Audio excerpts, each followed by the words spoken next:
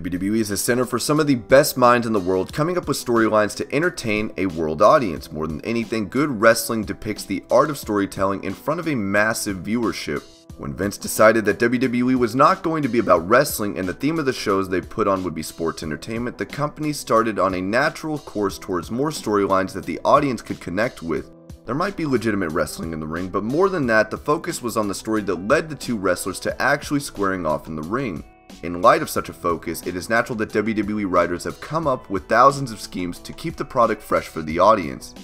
There are only so many times that you can repeat the same story over and over again. As a result, many of the storylines that have been come up with have been discarded, or for some reason didn't make it onto WWE programming. My name is John, and in this list we will talk about 10 rumored storylines that WWE had which never made it onto the WWE television.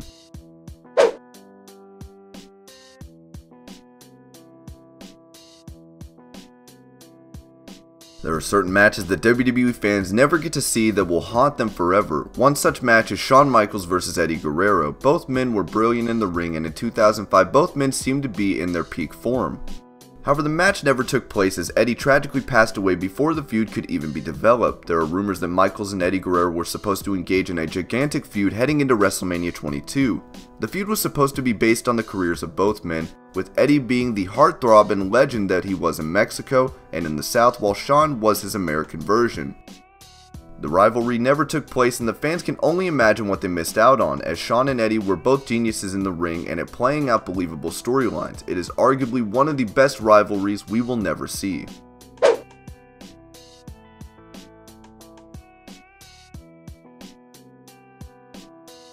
If you are a recent fan, you may not remember this, but around 2009, Chris Jericho and Mickey Rourke were exchanging a lot of banter. Rourke had starred in the film The Wrestler, which gained critical acclaim. The two were supposed to wrestle a match as WWE was readying up a feud between the two. However, Rourke called out Jericho 3 weeks earlier than he was supposed to, leading to problems in the storyline. The announcement was supposed to come after the Oscars so that his chance of winning one wasn't hurt. Rourke's team, scared that the association with Jericho's storyline might hurt him, pulled him out of the situation, and the two never wrestled in the ring. Instead, Jericho started a feud against Ricky Steamboat, Roddy Piper, and Jimmy Snuka.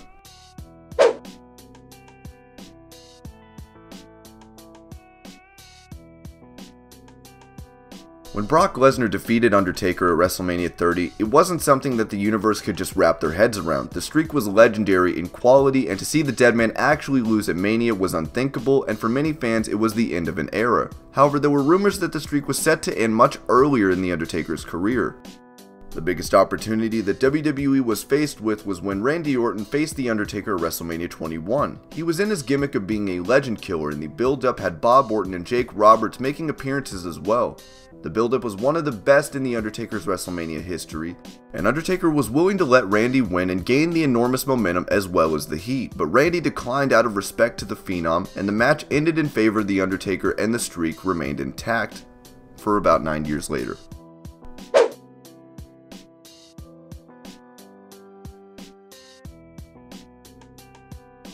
The number of times WWE has talked about turning John Cena heel cannot be counted. After his initial run as a heel, Cena has been booked by WWE as a sort of Superman who always does the right thing and overcomes the odds. At one point in time, it was expected that if Cena was in a match, then he was winning it. This seemed normal, and this is what Cena brought along with him. After his loss to The Rock, Cena looked like he had lost everything and had no momentum going forward. It was around this time that Cena confessed during a podcast with Chris Jericho that he was supposed to turn heel. During his feud with The Rock, to the build-up of the second WrestleMania meeting between the two, Cena was expected to turn heel and adopt a new character. WWE applied for the trademark of the name Fear My Name, which Cena appeared in on a show of Total Divas. The plans never came to fruition, and Cena remained a face.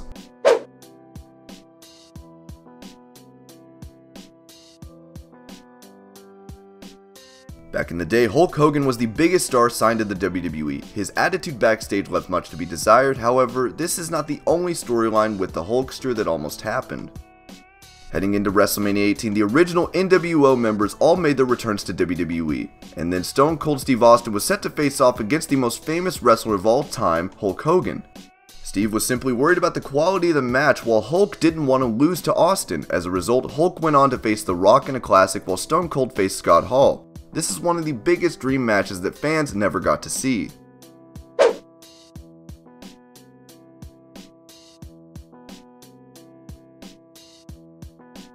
Adam Rose was portrayed by WWE as a fun character who liked to dance around and party. His character lacked depth, and WWE didn't see potential in him for development. Many fans don't even remember that there was a jobber stable called the Social Outcast, of which Adam Rose was a member. There was another side of Adam Rose's character, though, that many fans were not privy to. Adam Rose had another alter ego as a wild game hunter, Leo Kruger. Kruger's character was fierce and well developed in NXT. WWE considered bringing back the character to give Rose a heel turn on the main roster, but the creative team didn't have enough time to develop Rose's dark side, and as a result the storyline never came. It would have been fun to see a heel Kruger, as Rose was better suited to the character.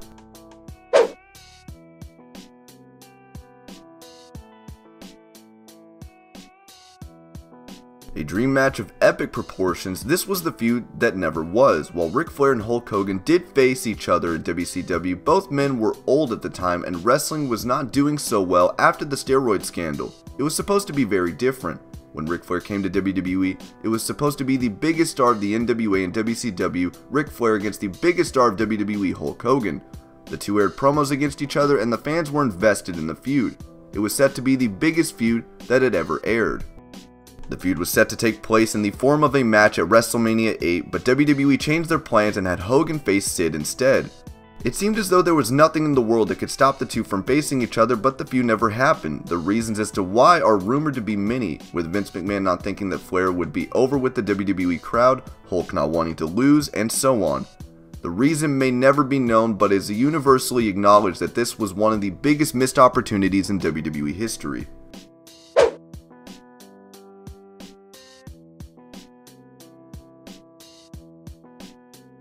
When Hulk Hogan came back to team with Shawn Michaels, it was a dream moment for many WWE fans. When Shawn turned heel, super kicking Hogan and challenging him to a match, it was one of the most anticipated matches of all time. When the match arrived, it was very surprising. Shawn oversold the offense of Hulk Hogan to a ridiculous degree, making the entire match seem hilarious. This was not the sort of match that anyone had expected.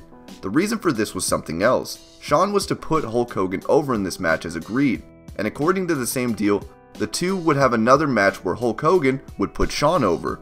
The Hulkster, as usual, didn't want to lose and changed the plans, backing out of the second match at the last moment. Thus the Heartbreak Kid was left with a match where he could only lose to Hulk Hogan. As a result, he over-exaggerated each hit, taking his own sort of revenge over the Hulkster's treachery.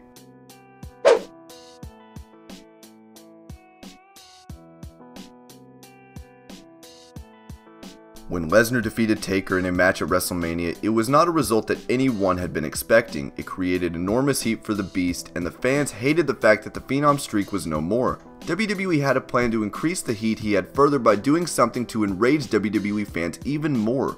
Lesnar was set to face Bryan at SummerSlam after Bryan had beaten Triple H and Batista and Randy Orton at WrestleMania to become the WWE Champion. The feud was supposed to be between Brock and Bryan until WrestleMania, where the Beast was supposed to squash Bryan with a number of suplexes in a short match and win the title. Thankfully for Bryan, the feud never happened, and instead, Brock faced and squashed Cena at that year's shocking encounter at SummerSlam.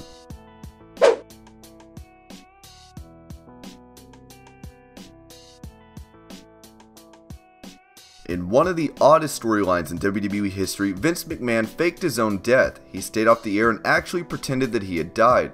This was not to last, as after the news of Chris Benoit's death came out, Vince was forced to come out of hiding.